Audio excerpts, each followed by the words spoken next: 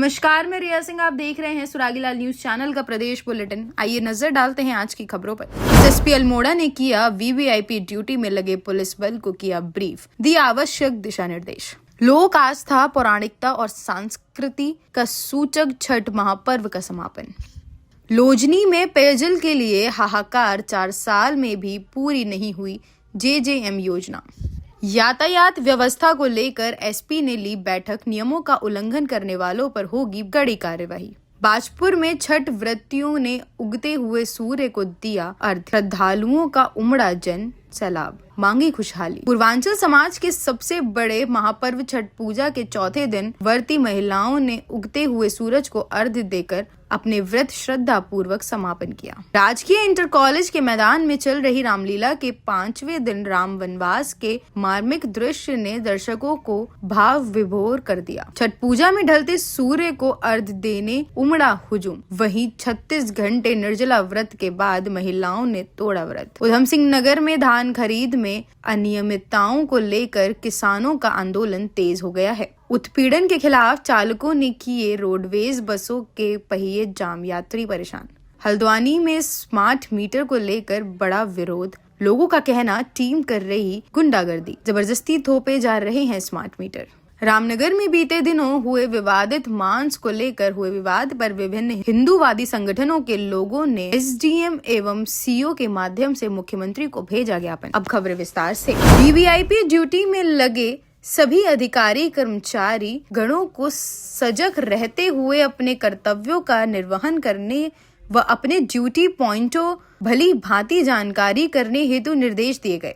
सभी को साफ सुथरी वर्दी धारण, अनुशासन में रहकर ड्यूटी करने हेतु निर्देशित किया गया। साथ ही सुदृढ़ सुरक्षा व्यवस्था स्थापित करने के लिए जरूरी हिदायतें दी गईं। रानीखेत में अपर पुलिस अधीक्षक ने किया पुलिस बल को ब्रीफ। भारतीय संस्कृति के पर्वों में छठ पूजा वह अनूठा पर्व है जिसमें पौराणिकता, धार्मिकता, लोक संस्कृति और प्रकृति की आराधना का अद्भुत संगम दिखाई देता है। यह केवल एक धार्मिक अनुष्ठान नहीं बल्कि लोक जीवन का उत्सव है। छठ पूजा में सूर्य देव को जीवन, ऊर्जा और स्वास्थ्य का स्रोत माना गया है। ऐसा विश्वास है कि सूर्य की किरणें जब अर्घ्य के जल से होकर भक्तों के शरीर पर पड़ती हैं तो मन तन शुद्ध होता है और रोग दूर होते हैं। हल्द्वानी में भी इस वर्ष छठ पूजा का भव्य आयोजन 25 अक्टूबर से शुरू होकर 28 अक्टूबर तक श्रद्धा पूर्वक मनाया गया। संवाददाता दीपक अधिकारी की रिपोर्ट।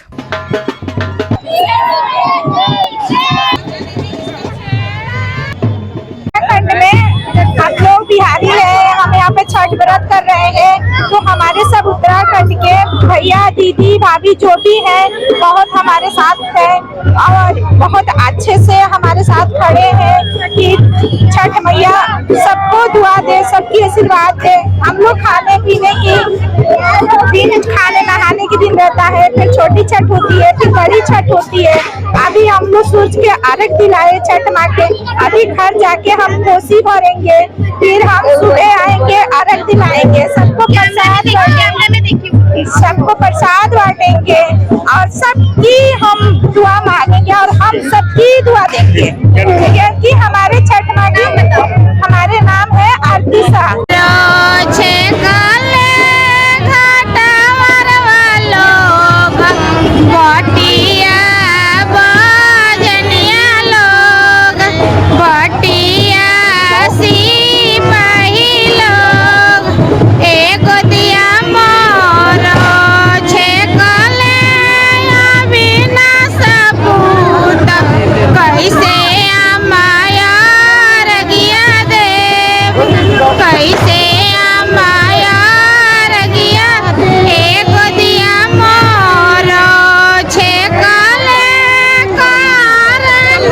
छठ पूजा में इन्वॉल्व है 1 महीने से और धूमधाम से मनाया जाता है। ये छठ महापर्व है, ये छठ का महत्व बहुत ज्यादा है। यहाँ जो भी मांगा जाए सब मिलता है, इसलिए हर आदमी इस छठ के मौसम पर मतलब आदमी तैयारी में जुटा रहता है रातों दिन।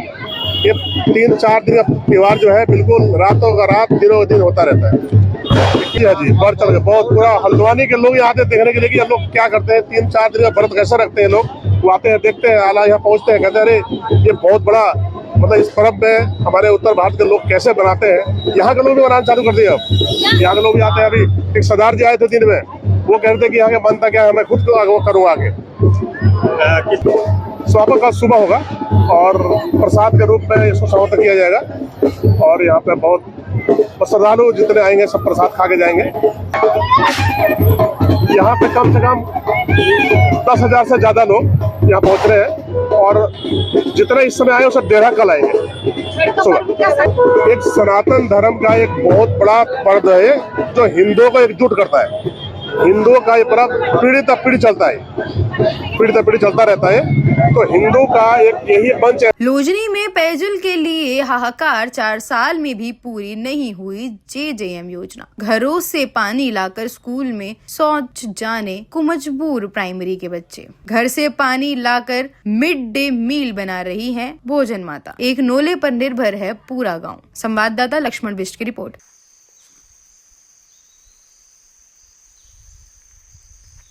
हम इन धुरा छूँ लैनी धुरा एक देख सब है उच्च डाँडा में हमारे यहाँ पानी होने। अब पानी के समस्या छे। अब गर्मी कहो पूछो हम अचाल लगे बरसात सीजन में हम पानी होने। अब पंपिंग योजना आज से अब यो योजना पतना 4 साल है के पता न यो योजना को। अब उसकी ना उनकी ये योजना या तो ये योजना ही बंद करवा दी ना या तो हम उनके ही सुविधा होनी। अब हम की करना पे पानी थे हमारे यहाँ के सुविधा ही ना रोड ना पानी। हम उन कोई भय की नेता लोग पतना वोटिंग तो हम सप्ताह दिन ही वोट दिन तो जाना ही और हम उनका के योजना के नाम है। परेशानी ये थे गए कि हम उन सब बाकी दिक्कत पानी की है। बरसात मौसम में हम तो पानी न हो पानी कहाँ थी ना हम पानी दिया पानी कहाँ थी ना हम पानी हाल हम ऐसे डिस्कटिया बर्फ लगा रहे थी तब हाल रखो। अब पानी ना भयो हम दूर से कौन जानो। क्या था पूर्व को पानी न हो ना गर्मी। अब गर्मी में तो एक तो पानी नहीं भाई पानी कम होने पड़ गया। एक योजना आ रहे तो योजना लगे उन्हीं ना रहे हम क्या कि दूसरी योजना दी कि तो ये पानी की बहुत समस्या है हमारे यहाँ। तो पंपिंग योजना बंद है। हाँ कि ना भाई पानी नहानी। अभी अक्टूबर का महीना भी बीता नहीं है। अभी जो है मानसून सत्र ख़त्म हुआ है लेकिन लोगों को पानी की चिंता अभी से सताने लगी है। ग्राम पंचायत कायल का जो लोजनी तोक है वहाँ पर पेयजल की बहुत भारी समस्या है। वहाँ पर एक छोटा सा नौला है, उससे जो है कई 20-25 परिवार पानी भरते हैं और ये नौला जो आपको वीडियो में दिख रहा है ये भरा हुआ है। अब जब सब ग्रामवासी इसमें से पानी भरेंगे तो ये पूर्ण रूप से खाली हो जाएगा और जो जितने जितने बर्तन उनको पहुंचेंगे इस तरीके से मतलब ये लोग पेयजल की आपूर्ति कर रहे हैं। और एक जो रौसाल रेट्रो पेयजल योजना थी उसके भरोसे जो है ये 4 गांव पानी के लिए 4 गांव जो है वो उसके भरोसे लगे हुए हैं। जैसे जो डनगांव है, रौसाल है, टुंटाविस्ट है और लोजनी है। उसके अलावा दूसरा कोई विकल्प नहीं है। लोजनी में कोई पेयजल योजना सुचारू भी नहीं है। तो यहाँ पर पानी की बहुत समस्या है। अभी से वहाँ पानी में कमी होने लगी है और अभी से लोगों को फरवरी और मार्च का महीना जो पिछली बार जैसी समस्या हुई थी उस तरह की उसको देखकर जो है लोग अभी से डरे हुए हैं। क्योंकि लोजनी एक ऐसा गाँव है जहाँ न तो रोड है न पानी है। वहाँ जो है सारी असुविधाएं हैं क्योंकि जहाँ जहाँ रोड है वहाँ टैंकर द्वारा जल संस्थान के द्वारा वितरण भी किया जाता है। तो हमने बार बार जो है शासन प्रशासन से इस मामले में आवाज़ उठाई है लेकिन अभी तक उसमें कोई संज्ञान नहीं लिया गया है। जो आपकी जो रेट्रो पेयजल योजना है उसमें बार बार जो है कुछ न कुछ अड़ंगा लगाया रहता है। उसमें 4 साल हो गए हैं उस योजना को कार्य करते हुए लेकिन अभी तक उसका कार्य पूर्ण नहीं हुआ है। और बार बार जब हम इस बारे में बात करते हैं तो कभी फॉरेस्ट लैंड की बात आती है, कभी कुछ आती है। अगर फॉरेस्ट लैंड का कोई मसला है तो ये जन कल्याणकारी योजना है, इससे सैकड़ों लोगों को जो है पानी मिलता है और इस योजना की वजह से लोग जो है परेशान हो रहे हैं। तो हमारा फॉरेस्ट से भी और प्रशासन से अनुरोध है कि जल्द से जल्द जो है इसमें फॉरेस्ट जो वन विभाग है उसकी स्वीकृति लेकर जो है इस कार्य को चालू किया जाए। अभी हमने पिछली बार जब इसके बारे में ज्ञापन दिया था तो एक उन्होंने पंप हाउस का काम शुरू किया है लेकिन अब वो काम भी रोक दिया गया है। तो न उसमें पंप हाउस पूरी तरह से बना है, न कहीं टैंक बने हैं, न डिस्ट्रीब्यूशन हुआ है, खाली बोरिंग करके उसको छोड़ दिया गया है। तो जल्द से जल्द जो है इस योजना को सुचारू किया जाए ताकि लोगों को पेयजल की सुविधा मिल सके। इससे सिर्फ ग्रामीण ही नहीं, जो रौसाल के स्कूल हैं वहाँ पर भी पानी नहीं है। जो एक प्राइमरी पाठशाला है वहाँ पर तो पानी बिल्कुल है ही नहीं है।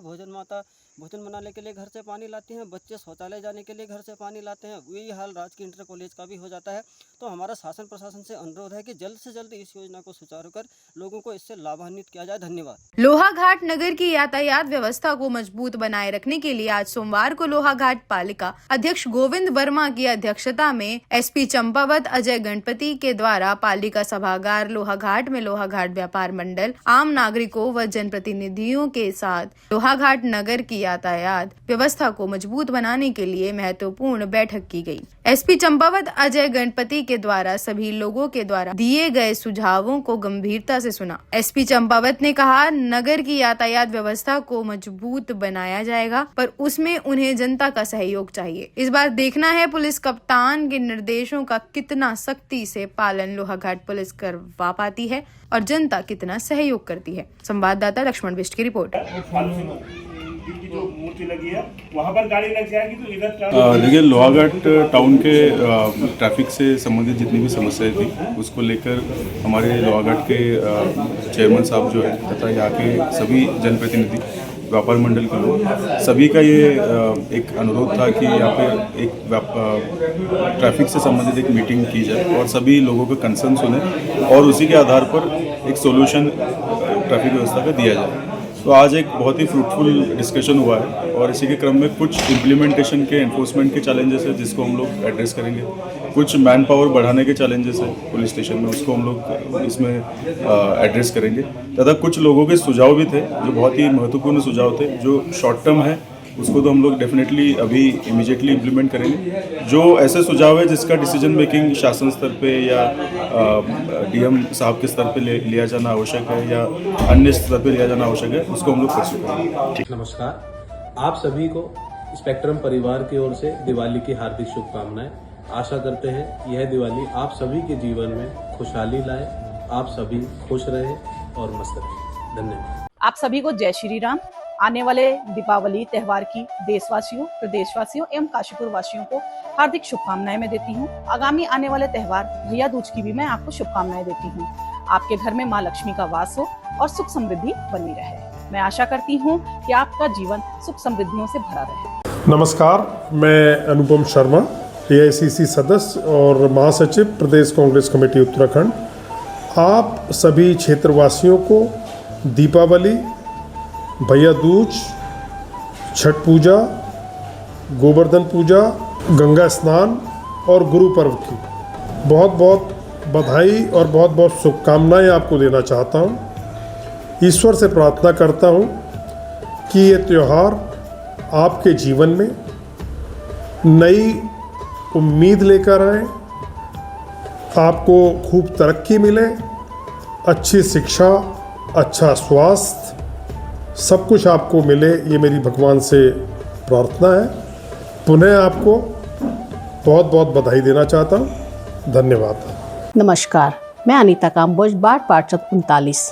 मैं सभी अपने बाढ़ वासियों को, क्षेत्रवासियों को आने वाले पर्व दीपावली, गोवर्धन पूजा, भैया दूज और छठ पूजा की हार्दिक शुभकामनाएं देती हूँ। यह पर्व आप सभी के जीवन में खुशियाँ, रोशनी और समृद्धि लाए। आइए हम सब मिलकर प्रेम और एकता के दीप जलाएं। धन्यवाद। समस्त भारत वासियों को, समस्त देवभूमि वासियों को, समस्त काशीपुर क्षेत्र वासियों को और मेरे स्पेशल तौर पे मेरे बाढ़ वासियों को स्पेशल दीपावली की हार्दिक शुभकामनाएं। मैं उम्मीद करता हूँ हम सब लोग आपस में दीपों का त्योहार दीप जलाकर और खूब बढ़िया करके आपस में भाईचारे के साथ मनाएं और बढ़िया करके दिवाली मनाएं, खूब पटाखे भी छोड़ें और अपने भारत की पहचान जो हमारे शांति प्रिय है उसकी पहचान हम पूरे दुनिया में पटल पे रखें।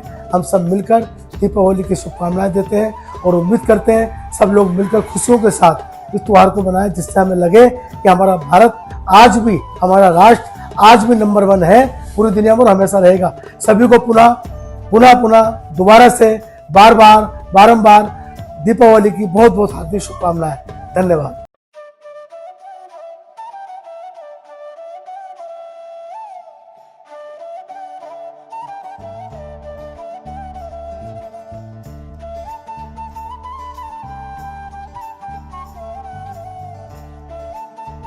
खबर है उधम सिंह नगर के बाजपुर से। बता दें कि पूर्वांचल समाज की महिलाओं ने उगते सूर्य को अर्घ्य देने के बाद महापर्व छठ का मंगलवार की सुबह को समापन हो गया। इस दौरान कठिन माने जाने वाले इस व्रत को रखने वाली महिलाओं ने सूर्य उपासना कर घर परिवार में सुख शांति की कामना की। सुबह जैसे ही सूर्य देव के उगने के साथ ही महिलाओं ने जल में खड़े होकर और पूजा सामग्रियों से भरे सूप हाथों में लेकर पूजा अर्चना की। संवाददाता लवकुश श्रीवास्तव की रिपोर्ट।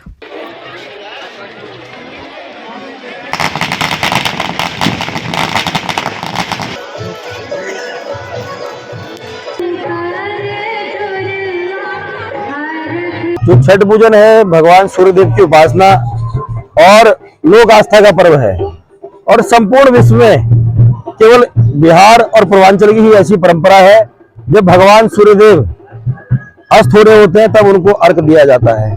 और करीब 36 से 48 घंटे का जो उपासना का पर्व है, भूखे प्यासे रहकर जन कल्याण की कामना की जाती है और प्रकृति का एक उपासना का एक केंद्र है।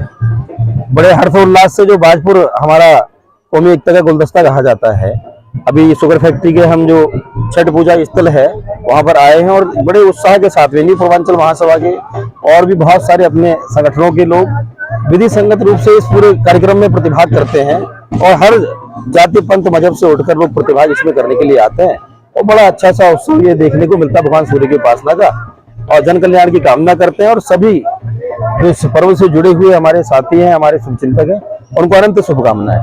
तरफ से सभी क्षेत्रवासियों को लोक आस्था का ये पर्व छठ बहुत बहुत मुबारक हो और सभी के सानिध्य के साथ ये पर्व मनाया जा रहा है और लोग यहाँ बड़े हर्षोल्लास के साथ आए हुए हैं। क्षेत्र की जनता भी, सारे जितने भी लोग हैं सब आके यहाँ हर्षोल्लास के साथ मना रहे हैं। सभी को बहुत बहुत बधाई।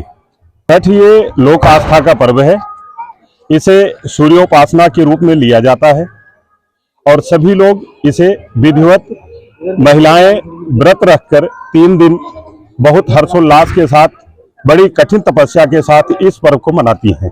पूर्वांचल समाज के सबसे बड़े महापर्व छठ पूजा के चौथे दिन व्रती महिलाओं ने उगते हुए सूरज को अर्घ्य देकर अपने व्रत श्रद्धा पूर्वक समापन किया। छठ पर्व के चौथे दिन नहाए खाए और खरना के बाद आज व्रती महिलाओं ने छठ घाटों में पहुंचकर उगते हुए सूरज को अर्घ्य दिया और अर्घ्य देने के साथ इस महापर्व का समापन हो गया। 4 दिन तक चलने वाले इस महाव्रत के आज चौथे दिन सुबह से ही व्रती महिलाओं ने अर्घ्य की तैयारी शुरू कर दी थी। रुद्रपुर की कल्याणी नदी स्थित छठ घाट पर 4 बजे से ही व्रती महिलाओं के पहुंचने का सिलसिला शुरू हो गया था। रुद्रपुर के धोबी छठ घाटों पर हजारों महिलाओं ने यह अर्घ्य दिया।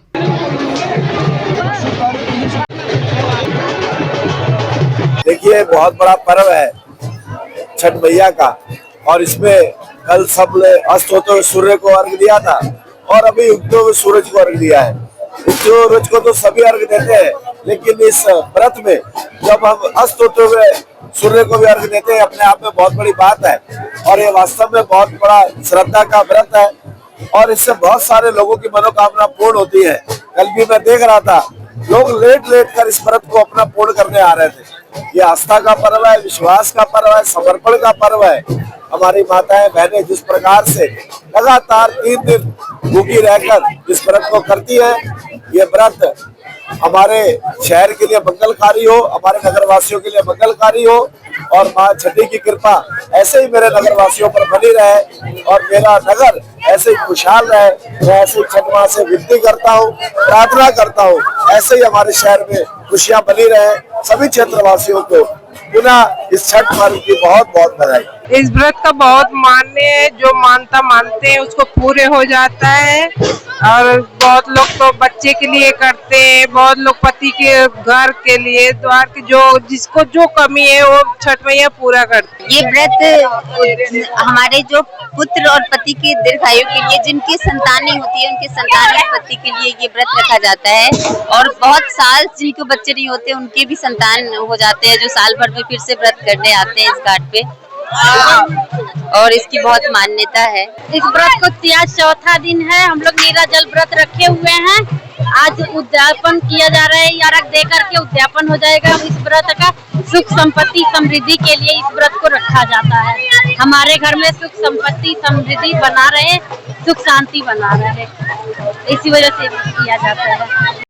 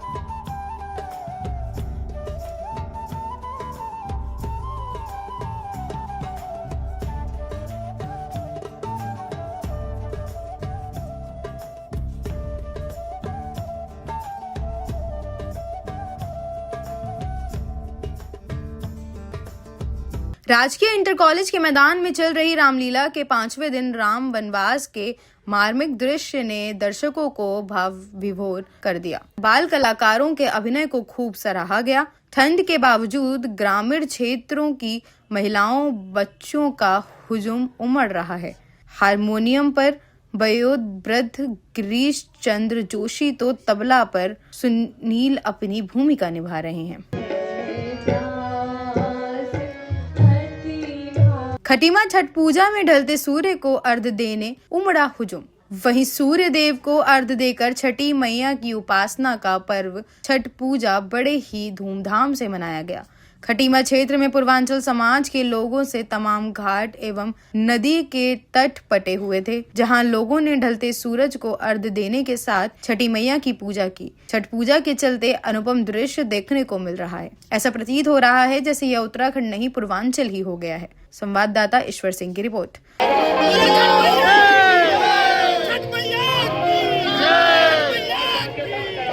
छठ महापर्व ये हमारी संस्कृति और प्रकृति का एक महापर्व है और इसमें आस्था भी है, हमारे जीवन में भी है और तपस्या भी है और एक समृद्ध समाज बने।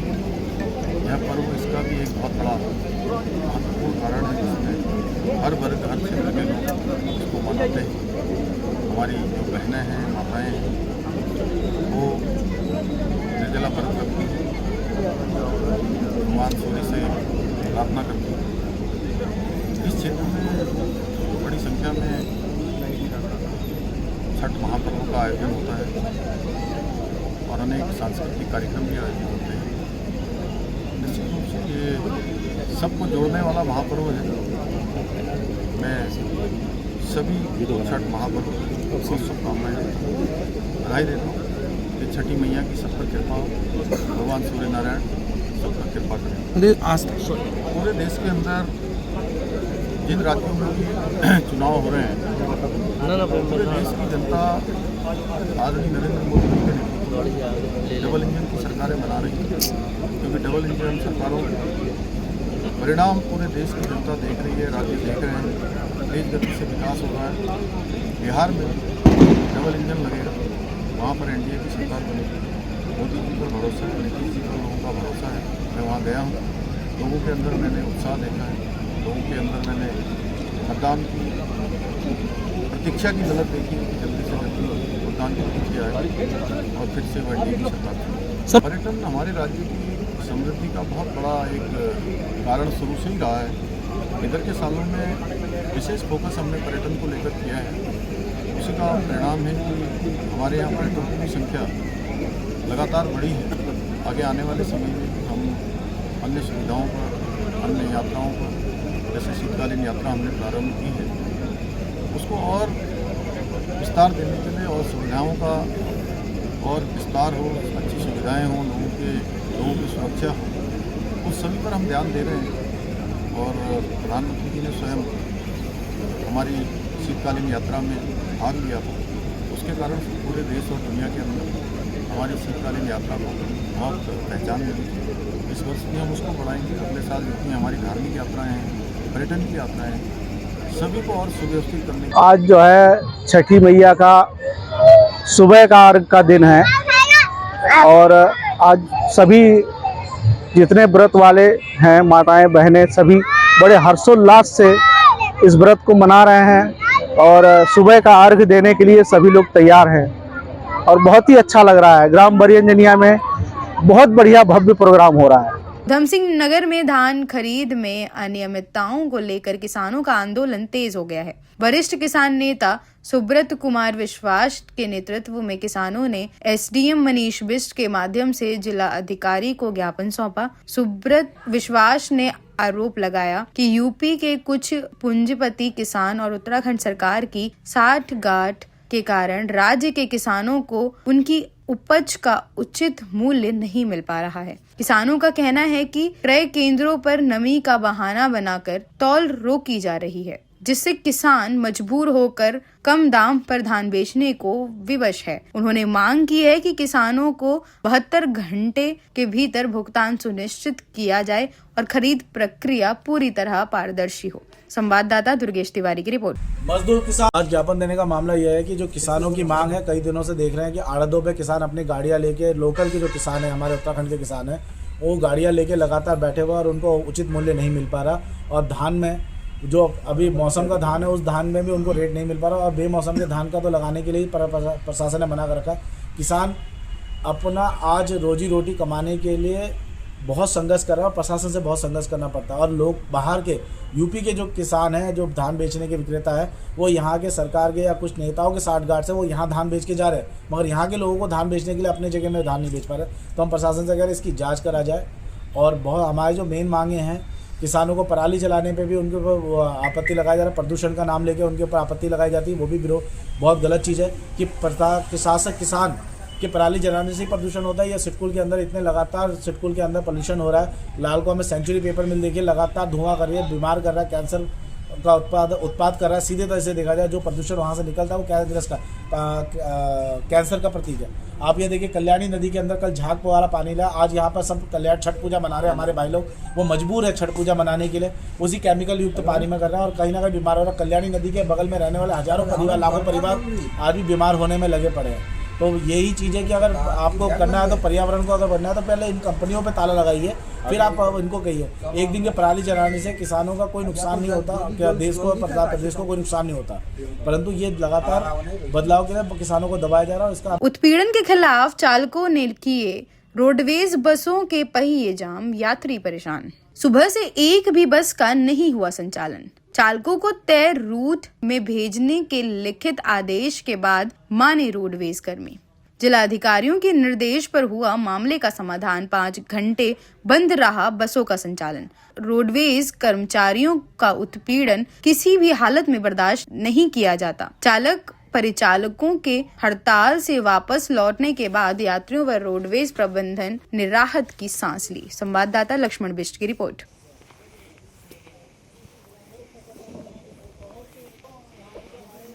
उत्पीड़न नहीं है, एक्चुअल में बात ये थी कि नैनीताल जो हमारी सेवा चलती थी तो वहाँ इंचार्ज द्वारा ये कहा जाता था कि कभी कभार वहाँ नैनीताल में अकस्मात भीड़ बढ़ जाती है तो इस वाहन को वो हल्द्वानी तक संचालित करते थे। तो इसमें उनके द्वारा निर्देश दिया जाता था कि आप हल्द्वानी तक वो आइए, भीड़ क्योंकि नैनीताल में काफ़ी बढ़ गई है। तो इसी क्रम में एक दो बार कहा गया इनसे, तो इसी क्रम में जो है फिर इनका मार्ग परिवर्तित किया गया, परंतु फिर इनके द्वारा अवगत कराया गया कि जो है काफ़ी 200 से ऊपर किलोमीटर चलते हैं और वहाँ इंचार्ज द्वारा जो है कम यात्री होने पर भी भेजा जाता है।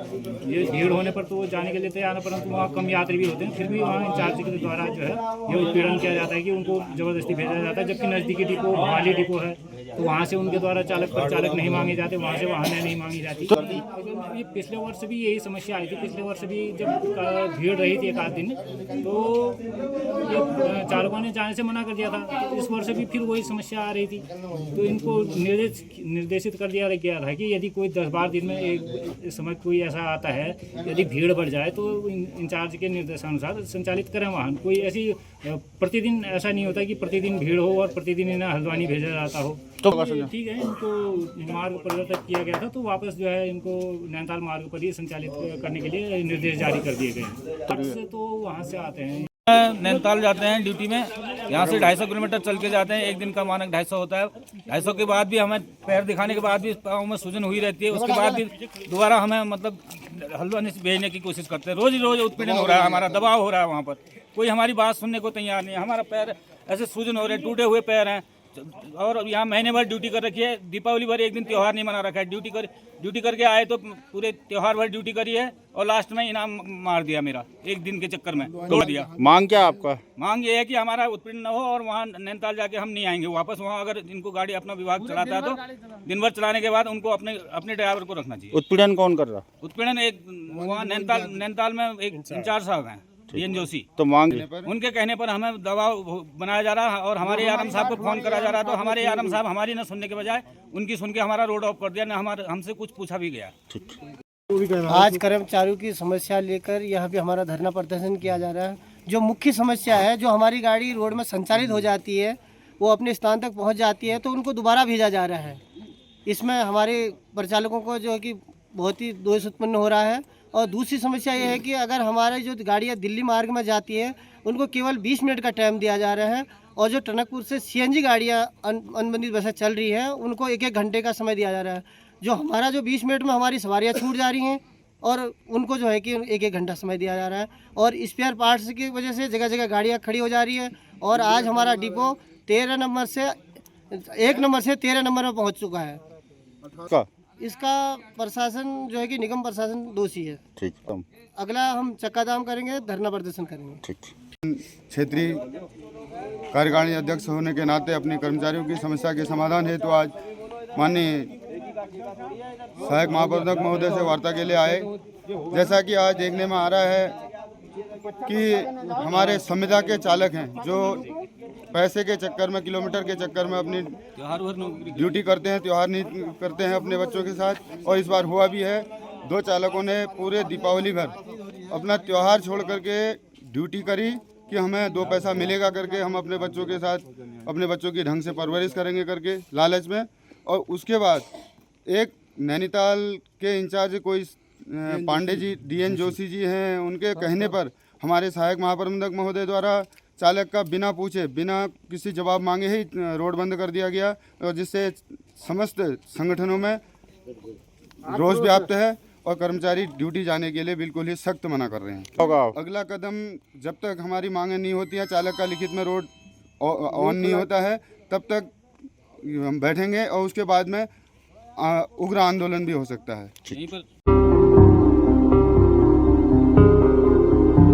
अरे भाई जरा रुकिए, कहाँ जा रहे हैं? आपके पास आईडी कार्ड है क्या? ठीक है, आप जा सकते हैं।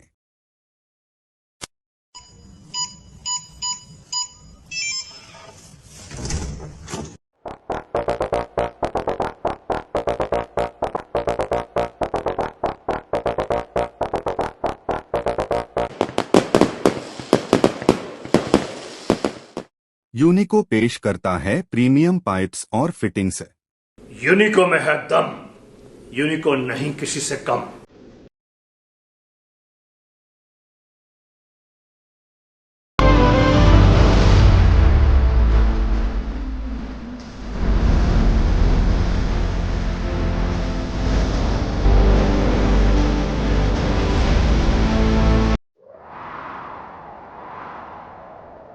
गर्मी की मार हो या हो तेज बारिश की बौछार, यूनिको 6 लेयर डबल पफ टैंक रहे हमेशा आपके साथ। नहीं किसी से कम, यूनिको में है दम। चाहे तो एक साथ होनी चाहिए, सब लोग एक साथ बैठना ही नहीं चाहते। पापा ट्राई दिस। लो सब लपक लिए।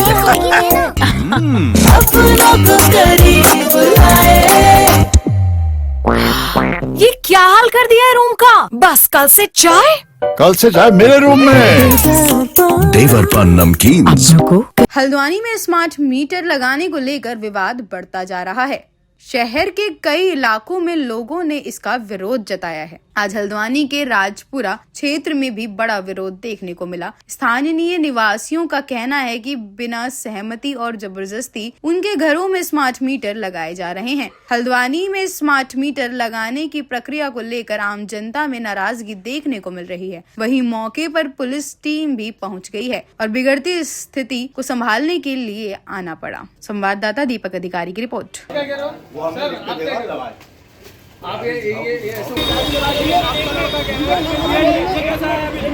मैं ऊपर बैठी थी, मेरे को पता भी नीचे खटपट हो रही। मैं नीचे आई, देखूं तो नीचे मीटर तोड़ के डाल रखा। सब मीटर लगा रहे हैं। अगर परिवार की सहमति होगी, घर वाले की होगी नहीं, अपनी जबरदस्ती से लगा देंगे। जबरदस्ती बगैर पूछा, और फिर भी हटा ही नहीं रहे। कहने हमारा ये कहना मतलब है शुरुआत से लगाओ, बीच में से नहीं लगाने देंगे। लोगों में विरोध तो है, लेकिन ये है कि आपको इन्हें शायद बहमी के कारण की दिक्कत हो रही है कि बिल ज्यादा आएगा, लेकिन मैं इन्हें आश्वस्त करना चाहता हूं कि ऐसे कोई भी समस्या का वो नहीं करना पड़ेगा। किसी का बिल भी ज्यादा नहीं आएगा। जो भी आपका कंजम्पशन है उसी के हिसाब से बिलों का वो होगा। जरूर आ रही है नहीं, इसी के लिए स्मार्ट मीटर का प्रोविजन किया गया है, इससे जाके बिल जो टाइमली आए। शुरू में तो हो सकता है कि बिल का शायद वो सिस्टम की वजह से वो हो, लेकिन अगले उसमें जिन के यहाँ पे हमने मीटर लगाया है तो उसका मंथली बिलिंग आ रही है। हर महीने आपकी 6 तारीख तक आपके बिल का जनरेट हो जा रहा है, बाकायदा मैसेज आ रहा है जिसका कंजम्पशन हम दिखा भी रहे हैं, जिसमें ऐप हमारे द्वारा प्रोवाइड कराई गई है, जिसके द्वारा हमेशा आप देख सकते हैं कि क्या क्या आपका कंजम्पशन चल रहा है, क्या आप कर रहे हैं। यदि कोई भी समस्या हो रही है तो कंज्यूमर हमसे पूछ रहा है। सर बात करें हल्द्वानी की तो कितने मीटर लगने हैं और कितने मीटर चेंज हो गए, और सरकारी विभागों में क्या 100% मीटर चेंज हुए? सरकारी विभागों में हमने सारे मीटर को चेंज कर दिया गया है, और जितना भी हमने बड़े कंज्यूमरों को भी चेंज कर दिया गया है, और जितना जल्दी है उसमें हम जो उपभोक्ता है जिसमें कोई दिक्कत लग रही है हम उनका समाधान भी कर रहे हैं, साथ साथ में वो भी कर रहे हैं। जो प्राइवेट कंपनी लगा धमका रही है उनको जबरदस्ती मीटर लगाया है, उसमें क्या कहेंगे? कोई भी यदि ऐसा कोई कर रहा है तो हम उसके लिए वो करेंगे, कार्रवाई करेंगे। लेकिन हम जितना भी है हम समझा रहे हैं, जितना भी हमने सभी को वो किया है कि बताने के लिए। मेरा नाम उज्जवल भास्कर, SDO सुभाष नगर। मैं एडवोकेट धर्मवीर हूँ, पार्षद वार्ड नंबर 14 से।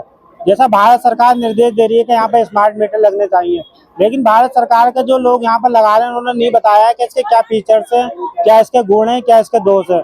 यहाँ के लोगों में भ्रम है, तो ना ही कभी इन्होंने आकर हमें बताया कि इससे क्या क्या आप लोगों को फायदे हैं। लगातार इसके बिल बहुत अत्यधिक आ रहे हैं, सबसे रीडिंग से ज्यादा इसके बिल आ रहे हैं, तो लोगों में बहुत रोष है।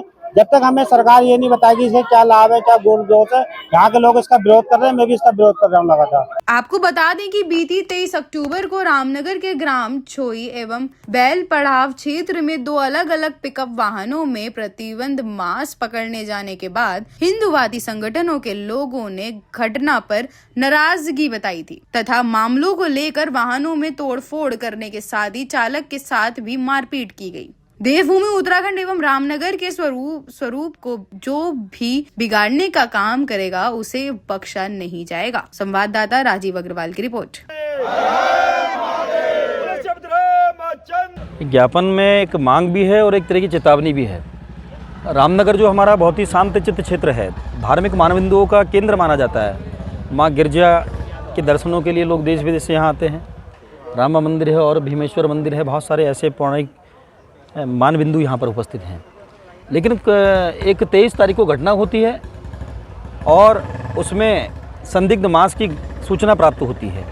सूचना जिस कार्यकर्ता को मिलती है वो बैलपड़ाव चौकी इंचार्ज को सूचना देते हैं और सूचना पाकर कुछ हिंदूवादी संगठनों के कार्यकर्ता तो रामनगर कोतवाली में उपस्थित है लिखित शिकायत को लेकर। 2 गाड़ियाँ थी, एक गाड़ी जो बैलपड़ाव चौकी से आगे बढ़ी, उसे क्योंकि धार्मिक त्योहारों का श्रृंखला चल रही है, धनतेरस, छोटी दिवाली, बड़ी दिवाली, गोवर्धन पूजन, भैया दूज, सात्विक त्यौहार चल रहे हैं। उस दौरान जैसे ही डिफीजर गाड़ी को खोला गया उसमें बड़े बड़े मांस के टुकड़े देखे गए और जैसी सूचना मिली थी, कोई पैरामीटर एक आम आदमी के पास तो है नहीं कि ये गाय का मांस है या भैंसे का मांस है। वो सूचना के चलते वहाँ पर आक्रोश कुछ लोगों ने प्रकट किया, लेकिन उसमें घेराबंदी ऐसे लोगों की भी कर दी गई, ऐसे कार्यकर्ताओं की भी करी गई जो वो मौके पर उपस्थित ही नहीं थे। उनकी CCTV फुटेज रामनगर कोतवाली में उपस्थित है। ये जो एक कथाकथित जहादी मानसिकता के बसीभूत कुछ ऐसे लोग जो हिंदूवादी काम जिनको चुभता है, हिंदूवादी काम करने वाले लोग कांटे की तरह जिनको खटकते हैं, वो बजरंग दल को आतंकवादी संगठन कह रहे हैं, वो भारतीय बजरंग दल को आतंकवादी संगठन कह रहे हैं।